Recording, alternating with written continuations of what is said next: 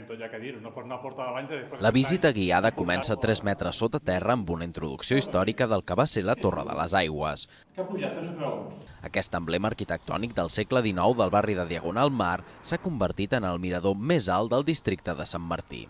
I fins i tot jo crec que és un referent a tot l'estat espanyol i fins i tot del rest d'Europa i fins i tot de tot el món. I crec que en aquest moment que el turisme es concentra molt al centre de la ciutat, és bo que tinguem elements que puguin explicar la història del Poblenou de Sant Martí de la ciutat des dels seus barris. Després de pujar 62 esglaons, es poden apreciar les dimensions del cilindre per on anaven les canonades que bombaven l'aigua de l'antic dipòsit de la torre, que es trobava a 170 graons més a dalt, a 40 metres d'altura. Tenia capacitat per a 600.000 litres d'aigua.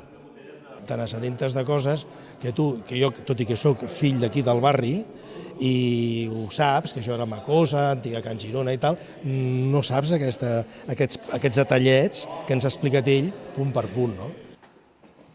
La darrera parada es fa després d'haver pujat 283 escales, aproximadament a la mateixa altura on hi ha escrit el nom de la torre a la façana. Passava pels voltants i sempre em feia molta curiositat veure Besòs a dalt d'aquesta torre, no? I he viscut una mica molts canvis dels que han ocorregut els últims anys d'aquí, no? M'ha fet molta il·lusió i sobretot l'arribada a dalt és molt espectacular. Quan s'arriba a dalt, 300 esglaons més tard des de l'inici de la visita, hi ha el mirador, que ofereix una visió de 360 graus de la ciutat de Barcelona.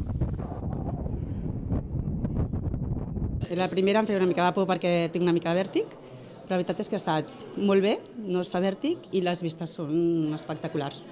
Però per si de cas hi ha qui pateix a les altures, també hi ha l'opció de quedar-se a la planta baixa i conèixer la història de la torre a l'exposició que hi ha a la Casa de les Vàlvules.